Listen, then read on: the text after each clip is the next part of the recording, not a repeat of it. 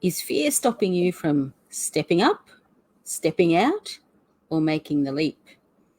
Fear is meant to be an emotion that protects us. For our distant ancestors, fear helped to keep them safe and alive. And there are certainly times now when fear is healthy and useful. But a lot of the time, the sensation of fear is created in situations where we're simply having our status quo challenged. Hi, I'm Marianne from One Life to Flourish, and welcome to a series for those people dreaming of making the leap from their job to being a business owner. This is episode 6, and today my guest is Lucy Butler from Head to Heart Health. So before we begin, we have a little bit of housekeeping. Hopefully I've got everything organised properly this week. So first of all, if you know someone who is actually dreaming of becoming a business owner, why don't you invite them to join the broadcast, just using the little button down below. We're also going live in a number of pages. So if you are wanting us to be able to see your comments, which we do love, then there should be a link up above me that you can click and come and join us over on My Time TV. So thanks for that. So what can you do if fear is really getting in your way? The first thing to do is to actually acknowledge it and name it. That gives you a bit of power over it. Then decide why you're feeling fear. For example, you might say something like, I'm feeling fear, or some other word to describe it, because I'm uncertain about whether I have enough skills to run my own business. So by making the fear visible, you can then have a way to actually begin to challenge what you're thinking about it. And to challenge it, start by asking yourself if the reason for the fear is actually true. Is it the truth? And say it in a different way if it's not. So it might be that there's only one thing that's stopping you, then acknowledge what that is. Come up with an action plan to deal with it. And basically choose to do something to actually push back against the fear. All right, and you'll find that when you do that, it will actually help you to step out of your comfort zone and be ready to approach whatever the situation is with greater confidence. Okay, I would now like to welcome my special guest for today. So we have Lucy Butler coming in to join us. Good morning. There we go. Good morning. So how are you going today? I am going well, thank you. That's great. And it's great to have you here. All right. So probably before we start, I'll just remind people once again that if you know someone who'd really love to hear what Lucy has to say, then invite them to come over, and also make sure that you're clicking the link so that we can see your comments. Thank you.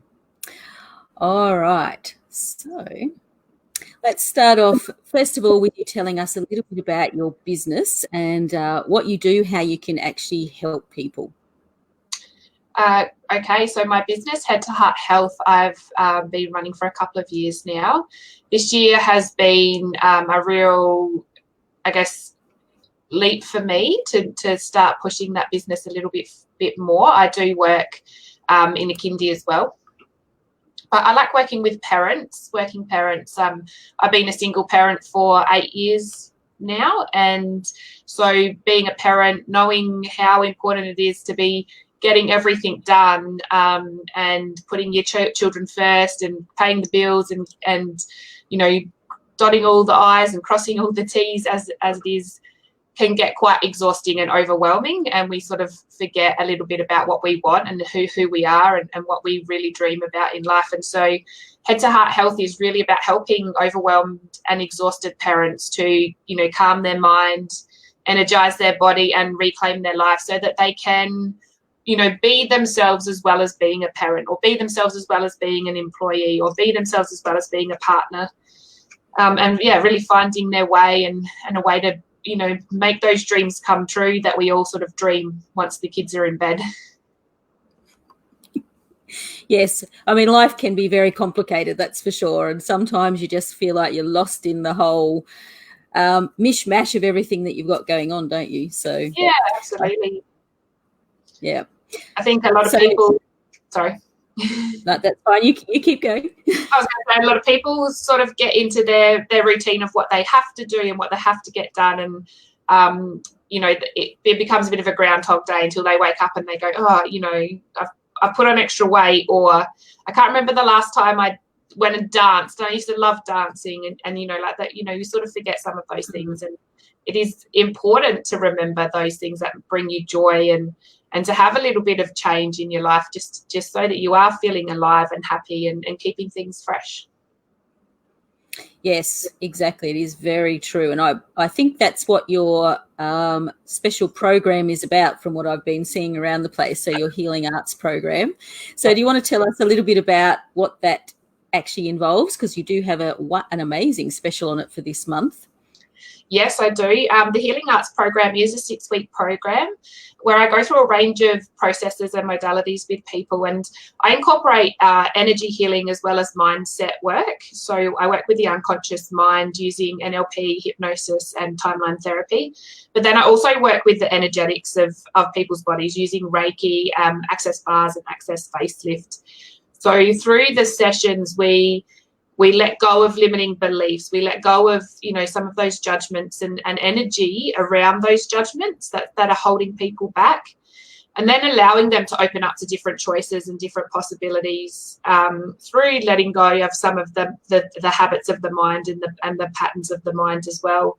A lot of people, I had a lady who did her first session the other day with me, and she's just like, I'm already feeling calmer, I'm already sleeping better, I'm already feeling more energetic, this is amazing. And that was one session. So it is really exciting to see how people are able to let go of things, but then also able to build on what they already have and create more in their life. So it's a 6-session program. The sessions are about an hour and a half each. We usually do once a week. Some people need to do it once a fortnight just because of time constraints and stuff like that. But once a week or once a fortnight, we usually do the sessions. And it's usually a $960 program. And for July, I'm doing it for $560. Just because I know that, everyone's had a little bit of fear around money this year with everything that's been going on. So it was just a little bit of an incentive to say, hey, guys, give yourself permission to put yourself first, give yourself permission to get back on track. And, here's a little bit of an incentive to help you do that. And it really is an amazing price for people to actually have the kind of transformation they can get through the different modalities that you use. Yeah. So it's, quite an amazing offer. All right. Well, I'm also going to pop up here just briefly because you also have see if it'll come up. Yes, there we go. The 3-session energy bundle. So is that incorporating like the Reiki and the access bars and the energetic facelift? Is that what we call it? Energetic facelift. Yeah, that's exactly right. So this is a 3-session bundle. The sessions are an hour each, and there's a Reiki, there's a bars, and there's a facelift. And so I like to call this the What Else Is Possible bundle, because it does really give you a great start to just really changing where you are in life. A lot of the time people work on their mindset, or they might work on what they're eating or how they're exercising. But if they're not working with the energetics of things as well, they can still find themselves getting stuck without knowing why. So this 3-session energy bundle really helps to work with the chakra centers and working through the energy of people's bodies and minds, just to let things go and release them. And it's a really gentle way of doing it. We don't have to get into the nitty-gritty of things that have happened in the past or rehash things or anything like that. It's just a really gentle process, but it's very, very powerful. And having the 3 things as a bundle would probably also give people a chance to actually try out each of those different things if they're not sure what they're about as well. Yeah, and absolutely. Yeah. They are all quite amazing when you get into them. All right. So thank you for explaining what's happening in your business and so on. But let's go back a little bit. I'm just going to hide our offer there. All right. So let's go back and actually I'd like to find out what led you to actually get into your business, why you got into that direction, because as you said before, you do still work in a kindergarten for some of the time, but what sort of led you to make that choice? I guess there's been a lot of different things over the years. One thing is that I seem to have always had a little bit of a problem with authority, being told what to do. I have a really strong sense of what I like and how I like to work. And often find it difficult to sort of conform to other people's ideas if I don't understand them. I'm a questioner. I like to ask a lot of questions, and I like to find out why I'm doing things. And if I'm working with someone who doesn't like to answer questions and doesn't like to explain why things are done, I find it really, really difficult. So over the years, I've done a lot of different jobs. I've changed a lot of times. I've always loved working with children, but I've done it in a lot of different settings. So vacation care, after school care, kindies, childcare centres, and all sorts of things. And then a few years ago, I was an assistant director at an integrated centre, and I was working full time.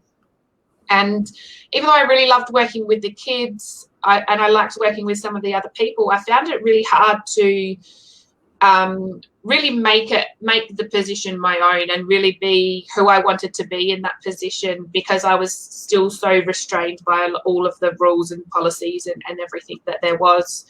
And I found myself getting really burnt out. Like, I was trying to do everything, I was trying to do so much. And my son said to me one day, "Mum, if you were a komochi," which is a little tangible tool that we use to help children express their feelings, "you would be frustrated and sad." And I was just like, no, I'm not frustrated and sad. That's not the kind of person I am. Like, I need to change here. And I started really thinking about what I really love to do outside of working with kids, and what my hobbies were and passions. And a lot of it came down to health. It came down to, gut health. It came down to the food. It came down to exercise, and it also came down to mindset. And that was a lot of the things that had helped me when I was feeling overwhelmed and when I was feeling exhausted and burnt out. I used all of those strategies to help myself get back on track.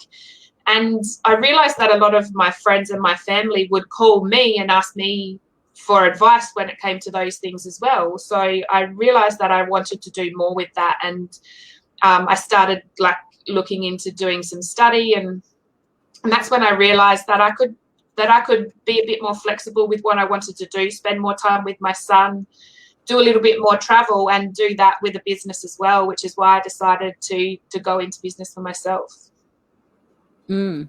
Yes, it can be an exciting thing, making that decision and, sort of get yourself set up for it. So were there any particular things that you needed to consider about making that change to at least having a business part of the time? Yeah, a lot of the fear and challenges that I had was around money, being the the sole money earner in my family as a single parent. The money was a really big consideration for me. Would I be able to still pay my mortgage and pay my bills and send my son to his school and all of those sorts of things if I was not earning as much as I was, or while I'm building the business. And so that was a really big consideration. And I did do a lot of work around fear when I first started with using timeline therapy and NLP techniques, because fear was a really big thing holding me back. I was afraid, that I wouldn't be good enough. I was afraid that I wouldn't be successful. I was afraid that I wouldn't earn enough money. I was afraid I'd lose my house. There was a lot of fear around a lot of things there when I wanted to start the business. So another thing was just like, how would I do it around having my son? So, when could I see clients? How would I get him looked after? How would I get him, from school and all of that sort of stuff? So I had to be really flexible in my thinking when it came to that, to be able not to see parenting as a sole responsibility, to be able to sort of, it takes a village to raise a child. I have people who can help me out with that, and I can help them out in return. And so that came down to a lot of, friends and family, being really supportive of that as well. I needed to make sure that I had a support system around me to be able to make that decision. Yeah, so you basically had to set a little bit of a foundation, by the sounds of it, to actually know that at least there was some safety nets around before you actually went ahead with your idea. Does that sound? Yeah. Yeah. And that's fairly important as well, isn't it? Just to make sure that you don't have things that are going to limit you because you're afraid of what could happen. Yeah, that's exactly right. Yeah, so no, I can understand that entirely. It is a tricky thing, and having that plan and knowing that you've got certain things in place, I think is a big part of it. Just a little bit of a comfort. Yeah, absolutely. So talking about that, were there any particular hurdles that you really came across that you had to overcome? So other than sort of the fear, which is a massive one anyway, but were there any particular things around how you went from your job to starting your business that you really had to deal with, that you hadn't understood that was going to be a problem? One of the things that have found quite challenging over the last couple of years is switching from being an employee to being, a business owner. Like, that switch in mindset has been very challenging. I love working at Kindy. I absolutely love working with the kids, and in the role that I am, I don't have all of the responsibility of the paperwork and the report writing and all of that sort of stuff that I used to have. So that stress that I had in my previous role, I don't have that anymore. So that's been a real help with me being able to, really enjoy that work. And that's my safety net, as we call it. That's, paying my bills while I'm working on my business on the other days. But when I do, one of the days that I do work with clients is after Kindy. So I do a couple of nights. That's when my dad can have my son, and there are some clients who can't get to me during the day because they work. So I have that evening, and I have a real sort of routine between getting home from Kindy and starting to see clients, where I have to make that transition through my mind from, okay, I'm not just doing, these roles now I'm the one who's the leader. Now I'm the one who's sort of, leading the way with being in the business and being the practitioner or the facilitator. And it's actually really helped me a lot at work as well, because I am quite naturally a leader when it comes to work and life in general. And I found that I wasn't enjoying my work as much because I was, just taking that step back and not showing my leadership at work, changing into then having my business and being more like showing my leadership through my business. It's actually showed, like, I'm actually stepping up and showing my leadership a lot more through my work, through my work at Kindy, without, stepping outside of my role. But so it's sort of helped me grow in strength throughout other areas of my life by being able to change that mindset around. And one of the other challenges that I faced as well is that I guess I don't love labels. I'm not a label person, but I'm quite introverted by nature. I do love, I like my quiet time. I like time to myself. I enjoy, one-on-one or very small group interactions a lot better than I enjoy larger group interactions and those sorts of things. So I've had to do a lot of work within myself to work past that, to be able to go to networking events or to be able to go to larger events, to be able to do videos on, on Facebook and be live on TV, and to be able to, talk to people about what I'm doing, and as well that, that switch from being quite introverted to putting myself out there a little bit was quite a challenge. Yes, it definitely can be a challenge. I know I've been through the same journey as well with that one. So, all right. So let me just check where we're up to. So I think we've sort of covered your struggles and that kind of thing. So maybe now that you're actually starting to build your business and you're getting established in that area, on reflection, what would you say would be your best advice for people who were looking at actually starting their own business, or even just making any kind of big change in their life? I would say identity is a really big one. So being sure on what your identity is. So, I struggled a lot going, okay, well, I have to be the business owner, and I can't I can't do the employee anymore. I'm changing over and I want to do this full time. And once I realized that my identity can be both and I can be happy with both, it really brought a sense of peace to myself. How I am in business and how I am in kindy can be quite similar, even though they're quite different roles. I can, I am a leader, and I am someone who likes to ask questions, and I am someone who likes to, break the rules a little bit and take a couple of risks and not really, just toe the line, and so once I realized that that's who I am and that's my identity and I can actually do that across multiple platforms, it made a huge difference to how relaxed and how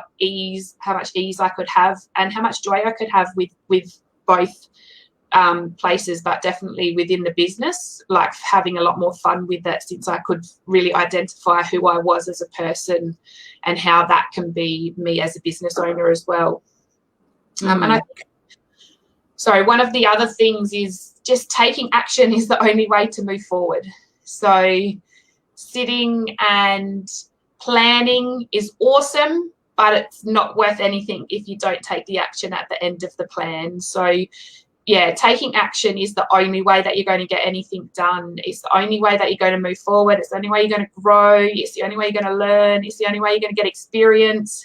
It's the only way you're going to get reviews and referrals and all of those things that we want in business. Is taking action is the only way we can get there. Thinking about it doesn't help. Writing it down doesn't help. It's just taking action is the only thing. And one of the other really big things that I find is really important and really, true to me is collaboration and contribution are more important than competition. So, a lot of people don't like sharing their knowledge, or they don't like, telling their secrets, or working with people in the same industry who do similar things to them. But, there's so many people out there who need what you have or what I have, and being able to contribute to society, contribute to the the collective consciousness, or contribute to the people around you is much more important than competition with the other people in your industry. And I think that if you can collaborate and contribute in any way, it's going to better you as a person, but it just is better for everybody. Yeah, I would agree with that. And I think you have a much healthier business overall if you are willing to collaborate with people and see how you can work together, because everyone is an individual with their business. They've got their own skills, their own focus. So, for example, we both do fairly similar things in terms of our skills, which we've talked about before, but our focus is quite different. Absolutely. You're got a totally different group of people that you work with and that your focus is on to what I've got. So we've sort of have lots of ways that we can help each other out where it's not going to have any impact on our business at all. And I think that's a much healthier way to actually think about business, isn't it? Yeah, absolutely it is. And for the better of the people as well. Like I know when I first started, there was someone who did bars, and she lives about 40 minutes away from me, and someone came to me and they lived a lot closer to her than they did to me, and money was an issue for them. So driving that extra drive to see me was actually a little bit of a pull on their purse strings, and I referred them to this other person, and she was just like, why are you referring them to me? Like, that's silly. You're taking business away from yourself. And I said, well, it's not about what I'm gaining, it's about contributing to the client. And I think it's really important to remember that. Yeah, I think so. And that's kind of about staying true to your values and things as well, isn't it? Yeah, absolutely. Yeah. All right. So we're kind of down to our last little bit. So for this one, I usually ask my guests what they consider to be the top 3 beliefs that you need to develop as a business owner or entrepreneur, or maybe beliefs that you need to actually remove. So it can be either of those. So what would you say is your advice? Belief in yourself. You need to believe in yourself, and you need to believe that everything will always work out, because it will. Everything is designed to work out for you. So as long as you're listening to yourself and following, the energy, it's always going to work out. So believe in yourself. I think believing in people, so believing that there are people out there that are looking for what you have and that will pay for what you have, and that they are going to get value out of what you can offer, and people will find that value in a lot of different ways. You can do exactly the same thing with 5 different people, and those 5 different people will get a totally different experience and totally different values out of it, depending on where they're from. But as long as you believe in the people, believe in the clients, believe there are people out there, then they will find you when they're ready, and when they need you the most, they'll find you. And then one of the things to probably the biggest belief to remove is that imposter syndrome, that I'm not experienced enough, or I don't know enough, or I can't give enough. Just remove that belief, because the people who find you will always know what they need to hear, or what they need to get from you, what they need to receive from you. You will always know that. So just remove that imposter syndrome. It's not helpful. Yeah, very true. Yeah, so definitely some good beliefs to actually build or to kind of remove as well, for sure. All right. So thank you very much for joining me today. And just before we go, I'm just going to remind people of the special offers that you've got going. So we've got the Healing Arts program, which is amazing. I've sort of done enough work with you over the time that we've known each other to know that you have amazing skills in all the areas. Thank you. And so highly recommend you. All right. And then we also have the 3-session energy bundle as well. So awesome. Please think about, contacting Lucy. Her details are in the comments, and you will not regret going and seeing her at all. She is an amazing person to work with, just to get to know, for that matter. Oh, thank you very much, Marianne. It's been lovely. Okay. All right. So I'm just going to pop you out now. So thank you very much for being my guest today. I've really enjoyed talking to you and just exploring your experience a little bit more. Yeah, thank you for having me. It's been great. I really enjoyed it. That's excellent. All right. Thank you very much. All right. Okay. So I hope you enjoyed what Lucy had to share today. She's got a lot of interesting skills that she brings. So please check out her offers. And obviously you can also choose to work with me. So I particularly work with people who are struggling with confidence in some part of their life, but particularly confidence around their business. So if you think that perhaps it would be useful to work with me, then you can book in for a discovery call that is entirely free, and we can discuss what your needs are, and we can work out a plan for you. So otherwise, and I think I've put into our comments a link to book in for the discovery call as well. So otherwise, you can head over to my business page, One Life to Flourish, and see the other things that I do as well, if you'd like to work with me.